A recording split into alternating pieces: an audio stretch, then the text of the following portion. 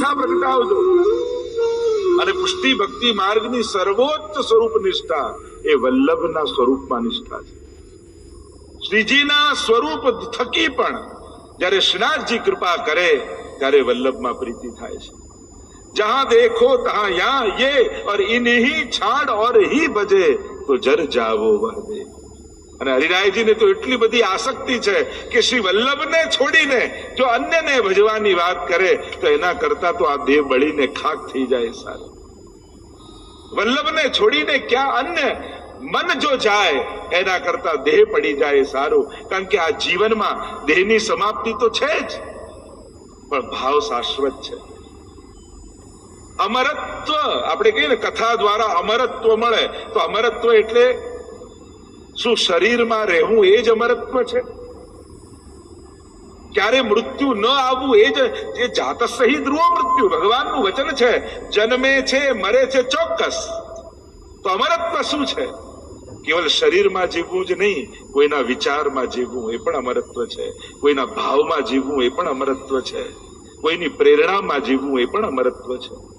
આ 84 વૈષ્ણવ દેહથી આજે નથી, પણ છતાંય દરેક પુષ્ટિ માર્ગી વૈષ્ણવના હૃદયમાં જીવી રહ્યા છે.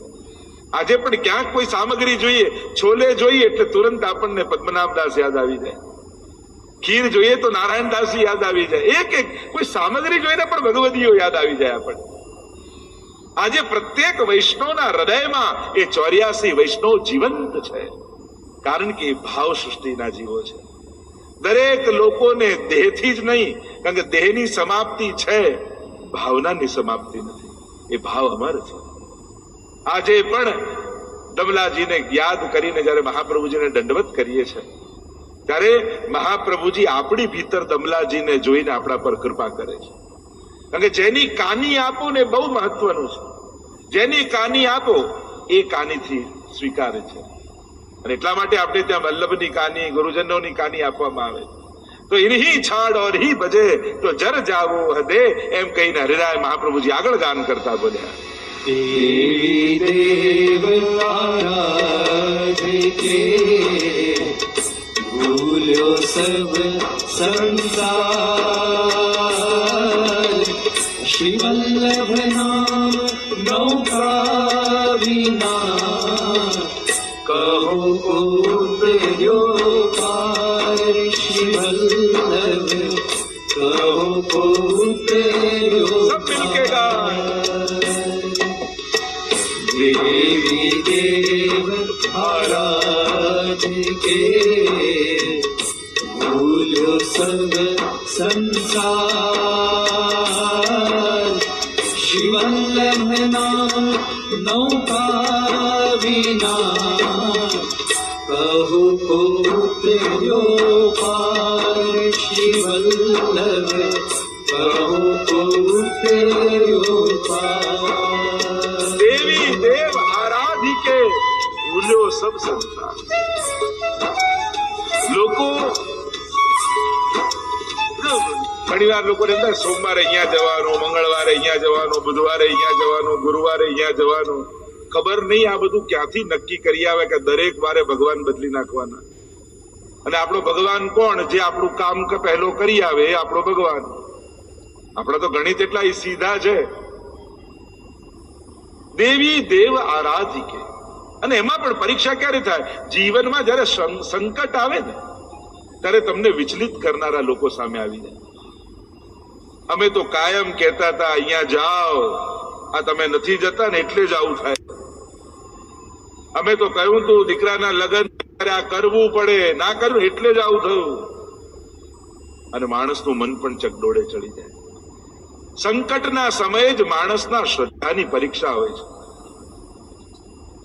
એટલે તુલસીદાસજી માનસમાં પણ કહ્યું છે કે ધીરજ ધર્મ મિત્ર અરુનારી, આફત કાલ પરખિયો ચારી. ધીરજ ધર્મ મિત્ર અરુનારી, આફત કાલ પરખિયો ચારી. જ્યારે સંકટનો સમય આવે ત્યારે જ માણસની શ્રદ્ધાની પરીક્ષા હોય છે.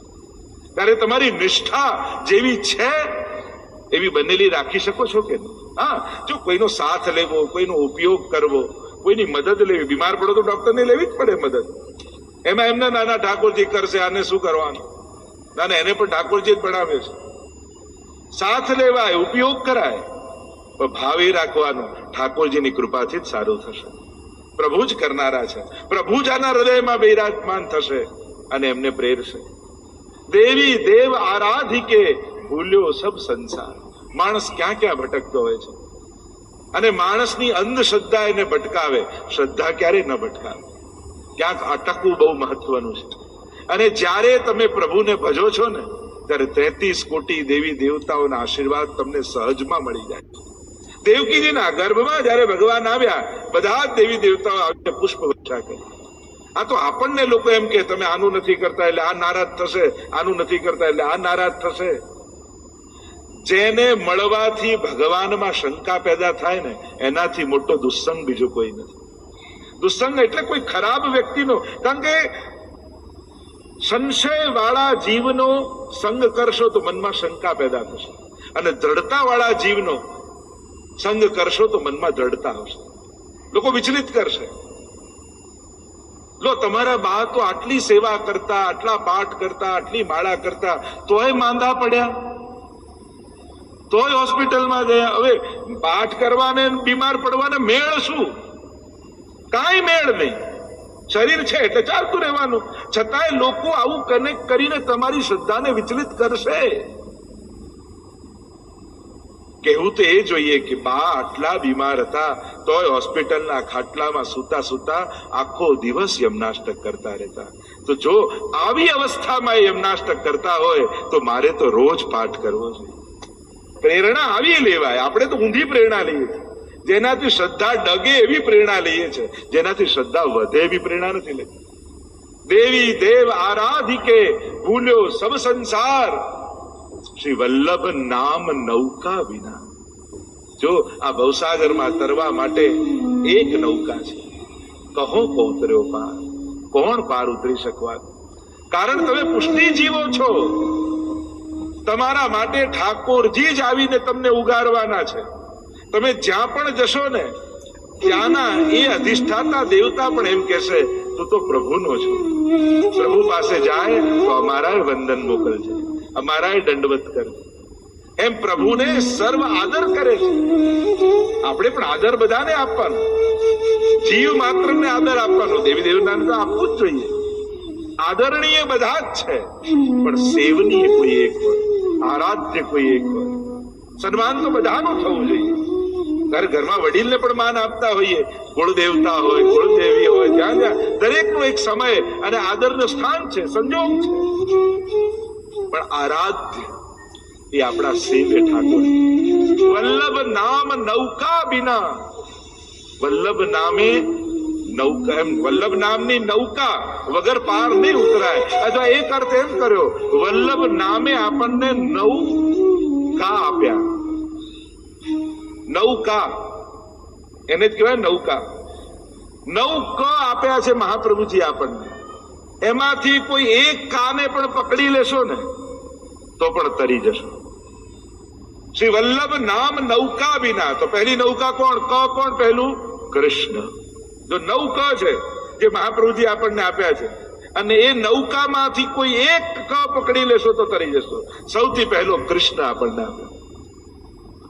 અને આ કૃષ્ણ ઉષ્ટાવીને આપણા માથે પધરાવી આપણા સેવ્ય રૂપે આપ્યા.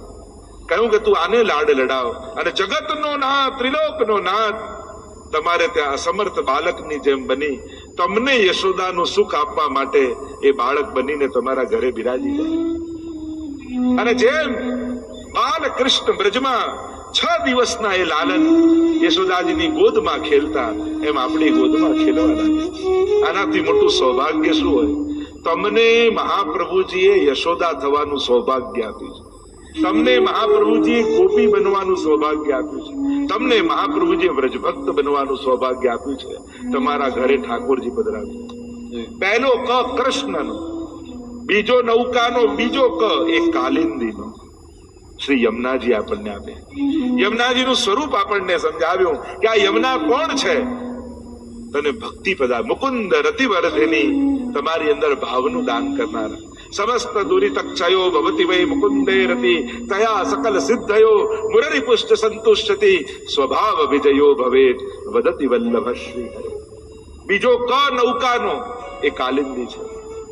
નિત્ય યમનાષ્ટકનો પાઠ કરજો વૈષ્ણવો. યમનાજી ભાગ્ય ને સૌભાગ્યની દાત્રી છે. તમારા સકલ મનોરથો પૂર્ણ કરશે. એક વસ્તુ યાદ રાખો, જ્યારે તમે શ્રીજી તને પામવા માટે નીકળો છો ને, તો સંસાર તો પાછળ પાછળ તમારે આવે છે. એ સૌભાગ્ય તો સહજમાં, અહીંયાથી તમે કારમાં બોમ્બે જવા નીકળો તો વડોદરા ને સુરત રસ્તામાં જ આવી જાય, એમાં કઈ સ્પેશિયલ જવું ન પડે. એમ જે ભગવાનને મેળવવા માટે નીકળ્યો હોય એને સંસારની સર્વ સંપત્તિઓ એની પાછળ પાછળ આવવા લાગે છે. લક્ષ્મીજી એની પાછળ પાછળ ચાલવા લાગે છે. બીજો ક એ કાલિંદી, ત્રીજો ક એ કથા. શ્રી મહાપ્રભુજી એ દિવ્ય કથાઓ ઠાકોરજીની આપણને આપી સુબોધનીજીના માધ્યમથી. સેવાયાંબા કથાયાંબા યસ્યા શક્તિ દૃઢા ભવેત, એ મહાપ્રભુજીના વચન છે. ભગવત કથા, આમાંથી કોઈ એક ક પકડી લો.